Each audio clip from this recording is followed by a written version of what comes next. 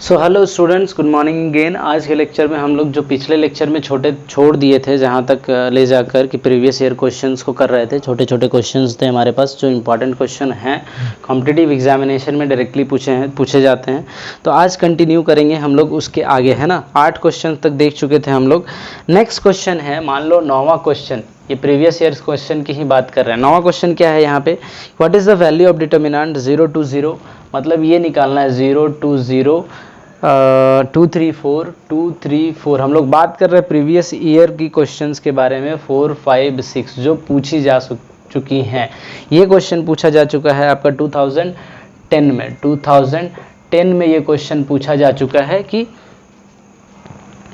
2010 में ये क्वेश्चन पूछा जा चुका है एग्जैक्टली। तो सॉल्यूशन देखते हैं। हमें डिटर्मिनेंट निकालना एक बहुत ही आसान है, बिल्कुल इसमें कोई टेंशन नहीं है। देखो यार, जीरो मैंने एक ट्रिक बताया था आपको कि जिस रो या कॉलम के अलॉन्ग मैक्सिमम जीरो है उसी के अलॉन्ग एक्सपैंड करना स्टार्ट करो। उससे क्या होगा, आसानी ये होगी कि नंबर ऑफ एक्सपेंशन, जब एक्सपैंड करोगे तो number of terms, maximum number of terms क्या हो जाएंगे, जीरो हो जाएंगे। तो आसानी होगी।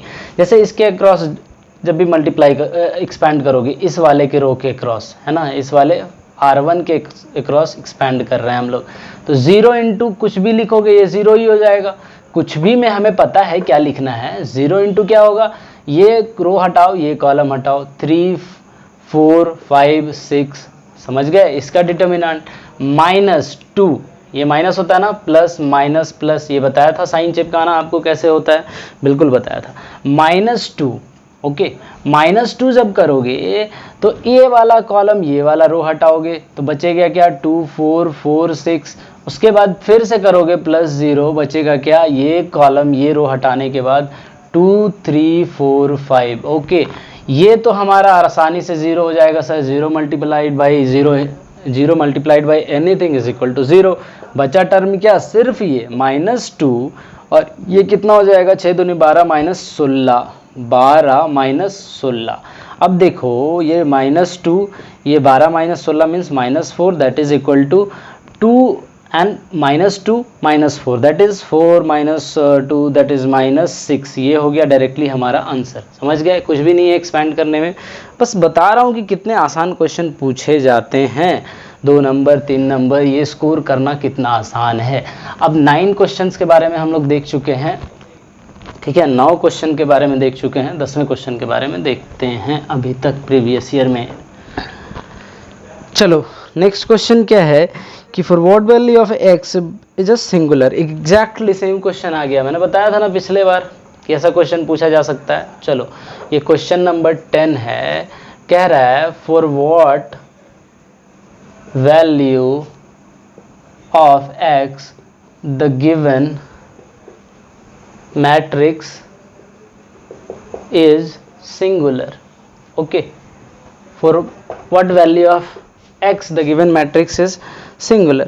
मैट्रिक्स क्या दिया हुआ है, 6 minus x 3 minus x 4 1, 6 minus x 3 minus x 4 and 1। कह रहा है कि ये सिंगुलर कब होगा, और जब होगा तो उस समय x क्या होगा, x की वैल्यू क्या होगी। कहते हैं कि जब भी मैट्रिक्स, किसी भी स्क्वायर मैट्रिक्स का डिटर्मिनेंट वैल्यू 0 हो जाए, then that matrix is will be singular. क्या होगा, डिटर्मिनेंट फाइंड करो, 6 minus 3 3 minus x 4 1 is equal to क्या करना है, 0 कर देना है। नेक्स्ट स्टेप में क्या करोगे, ये मल्टीप्लीकेशन माइनस ये मल्टीप्लीकेशन, है ना, तो 6 minus x into 1 minus 3 minus x into 4, क्या करोगे, इज इक्वल टू 0 कर दोगे। सर कुछ नहीं करना है सर, 6 minus x कर देंगे, ये 1 से मल्टीप्लाई होगा तो।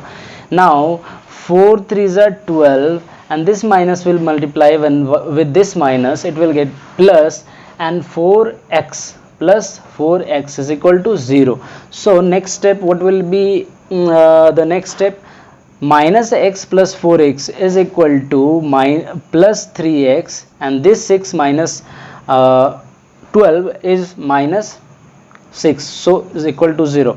Now this minus 6 will go in the right hand side and it will be like 3x equal to 6. So from here x equal to 2. So we are seeing that the value that is coming for x is 2, and for that value this matrix, this square matrix will give the determinant value as, give the determinant value as 0, that is the when x is equal to 2, then this square matrix will be singular matrix. Okay, so this was the again question asked in 2011 में ये question पूछा गया है.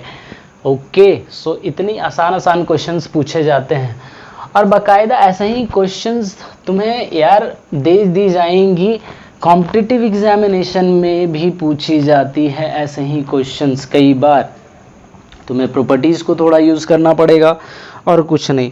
चलो 10वें question को हम लोग कर चुके हैं. 11वें क्वेश्चन की ओर बढ़ते हुए हम लोग करते हैं अगेन सेम क्वेश्चन.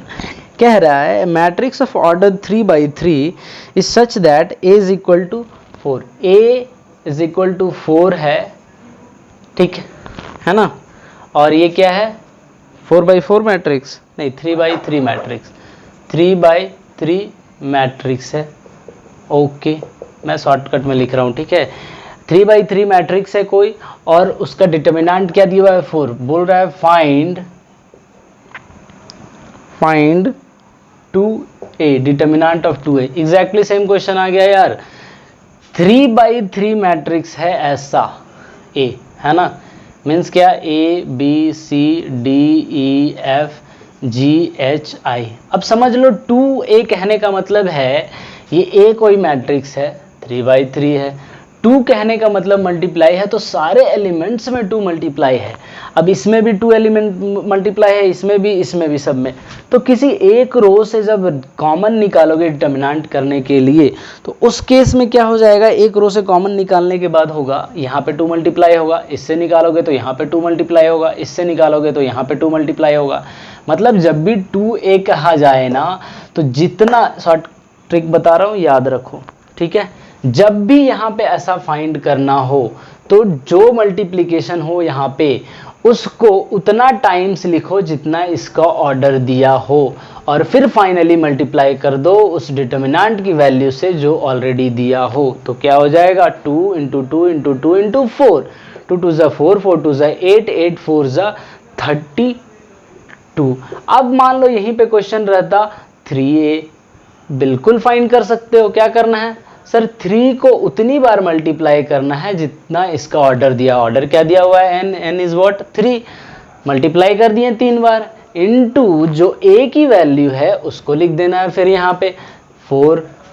क्या हो जाएगा 3 3 ज़ा 9, 3 ज़ा 27 एंड 27 4 ज़ा व्हाट 27 4 ज़ा व्हाट 7 4 7 ज़ा 28, 8 कैरी 2 एंड 4 2 ज़ा 8 एंड 2 10, सो 1 0 10.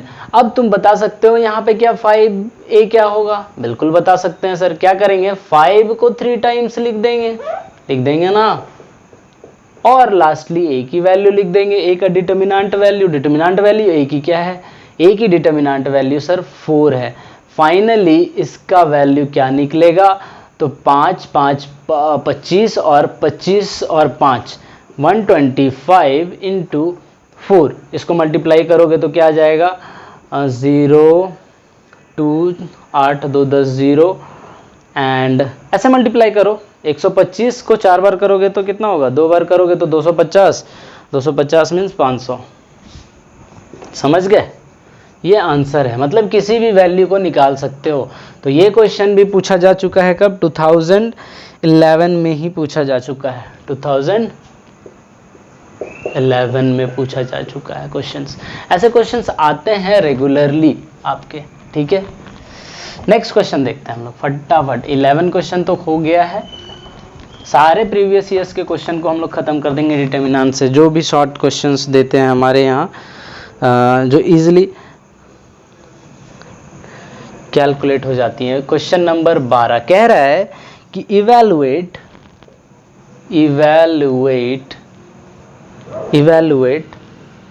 cos of 15